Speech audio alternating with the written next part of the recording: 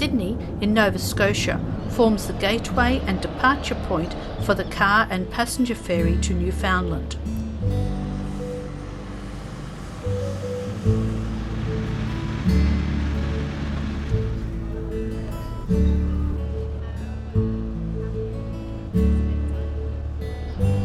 Several times a day, the well-equipped ships undertake the 7-hour-long crossing.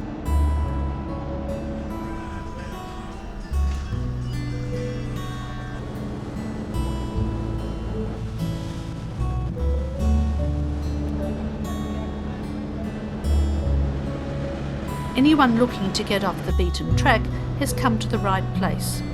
Canada's outermost province floats in a world of its own.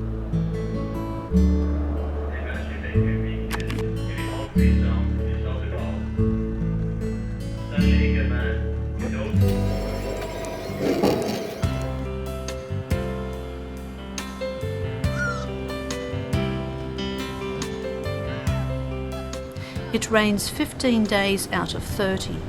No wonder the place is a mire of waterways, lakes and bogs. Small villages seem to take shelter behind rocky outcrops in the rugged landscape. Blanche Lighthouse overlooks the Atlantic seaboard and is the only remaining lighthouse built entirely out of granite.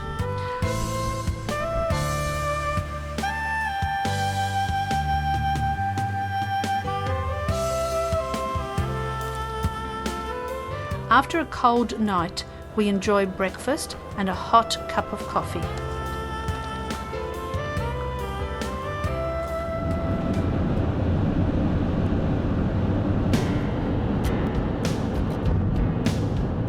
In late June, snow still lingers in the more sheltered spots.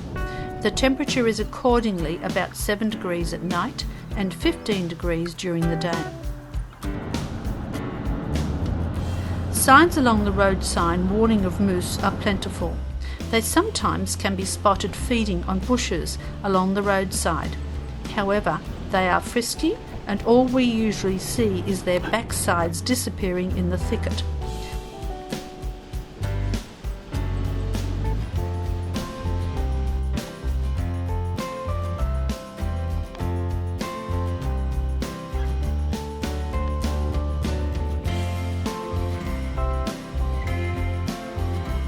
Annually, a staggering 600 to 800 accidents involving moose occur in Newfoundland alone.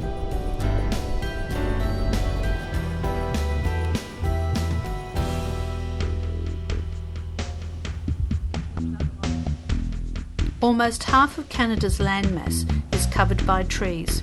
It is little wonder that forestry is so important to the Canadians. The endless forests are very selectively logged to ensure a continuous supply of wood.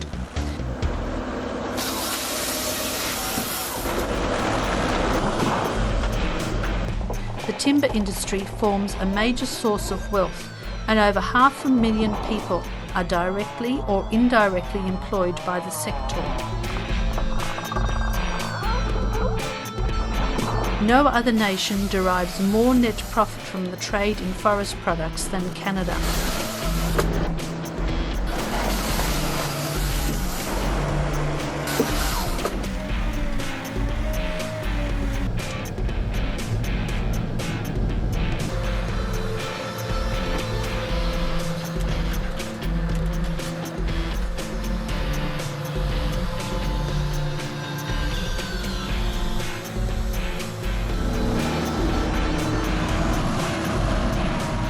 Large trucks transport the timber to holding yards and timber mills throughout the country.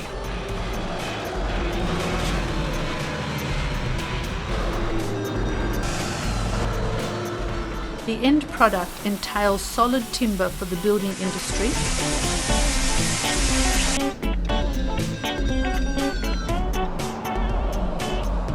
pulp and paper production, and last but not least, firewood from the offcuts.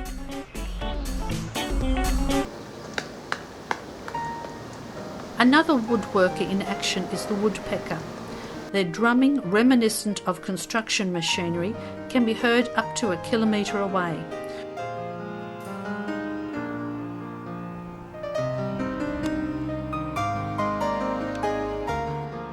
The crow-sized bird looks for carpenter ants in rotting timber.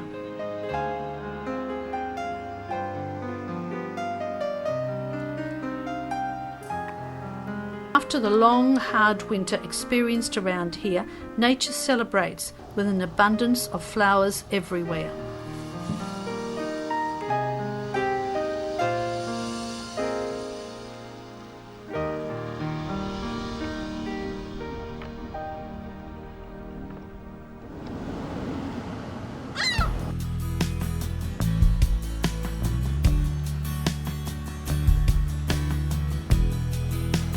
Some rusty bits and pieces is all that remains of the vessel SS Etty. The ship came to grief during a hurricane-like winter storm in December 1919. All 72 souls on board were saved, including a baby that was brought to safety in a mail bag. Archer's Provincial Park features some photogenic rock formations shaped by the never-ending tidal action.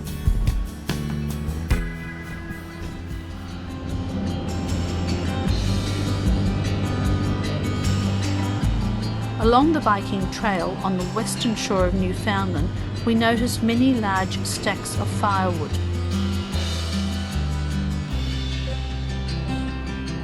A sled is ready to transport the timber to the local homes. Strong winds prevail all year round along the coast.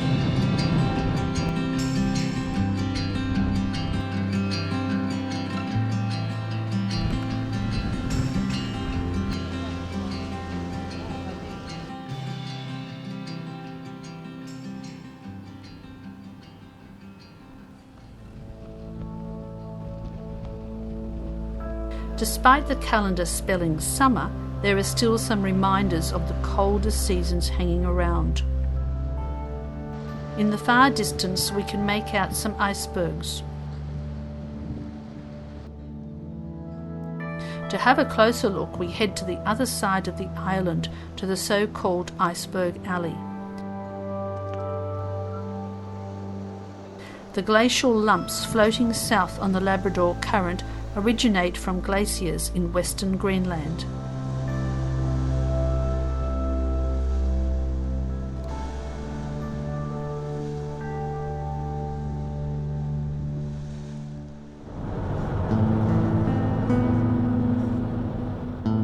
More than 1,000 years ago, the Vikings came ashore and established the first European settlement in the New World at Lance-aux-Meadows.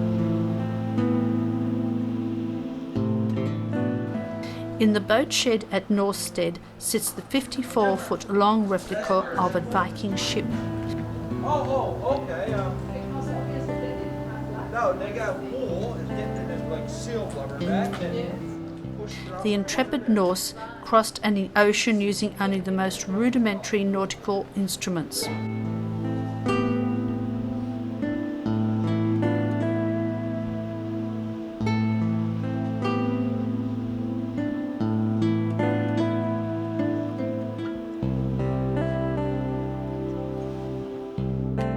Wood-framed and grass turf-covered buildings are similar to those found in Greenland and Iceland.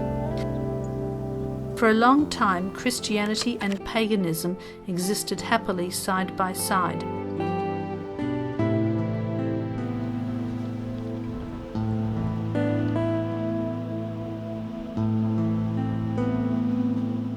Women produce woolen items, applying a method that is something between knitting and crochet. You're going to trade that? The trade lady would love that. She's out there in front. Strands of wool dyed in natural colours are ready to be used.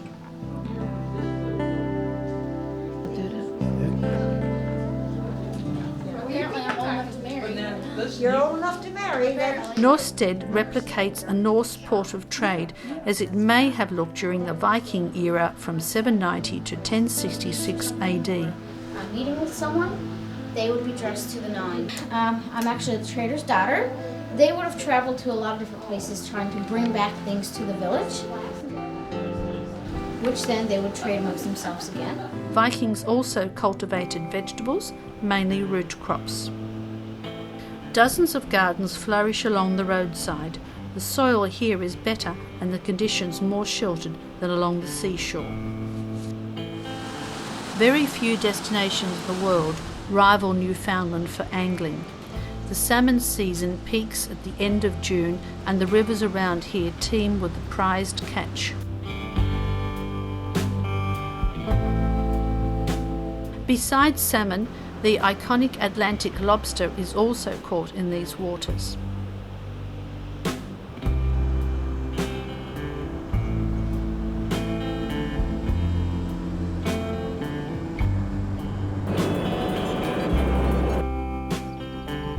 Another walk through a beautiful national reserve takes us past stands of lovely spring flowers.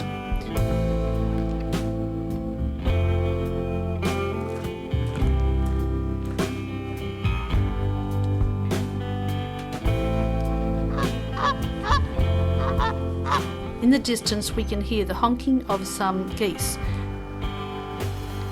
Canada geese are native to Newfoundland and Labrador. They exhibit very strong family and pair bonds and return to their native home to nest.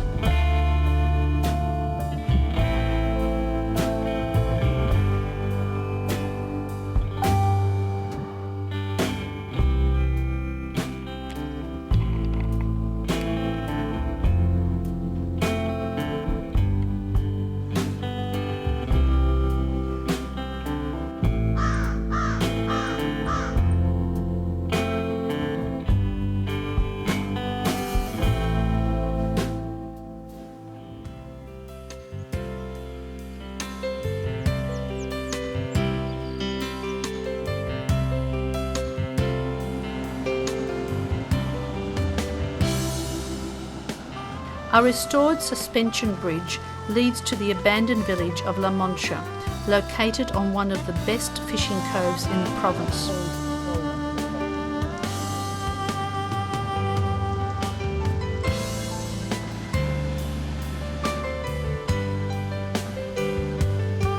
All that remains from the once thriving fishing community are ruins.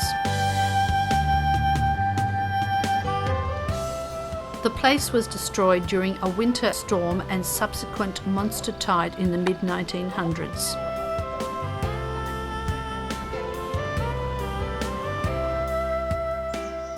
Snowshoe hares turn white in winter and due to their large feet stay on top of the snow. They are also good eating. However, we're having pork for dinner.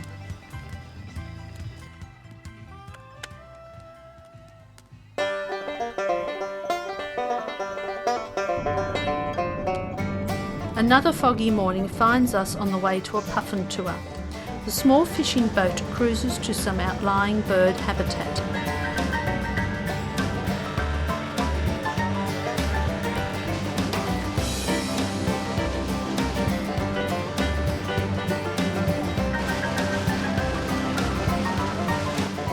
Puffins are poor flyers, especially with their bellies full of fish.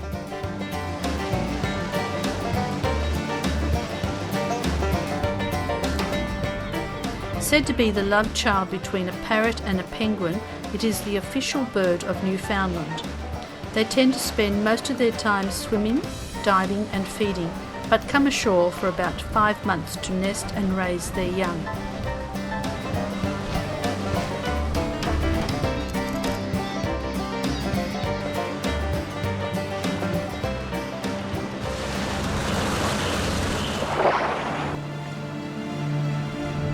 Barren and tundra-like landscape supposed to be inhabited by some caribou.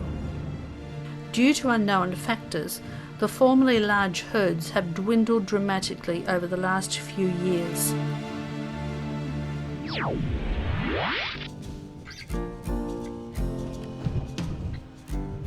St.Johns can boast the title of the largest city and capital of Newfoundland.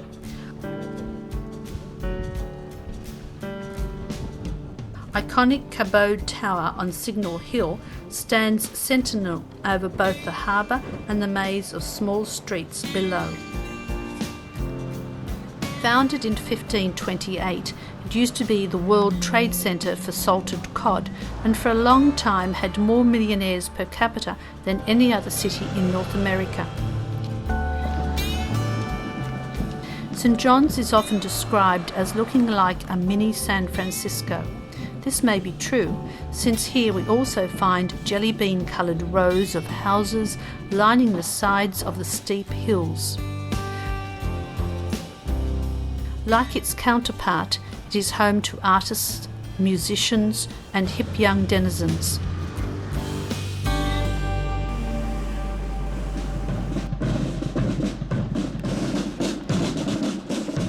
Canada Day is the 1st of July. It's a cause for celebration and starts with a parade through the town centre.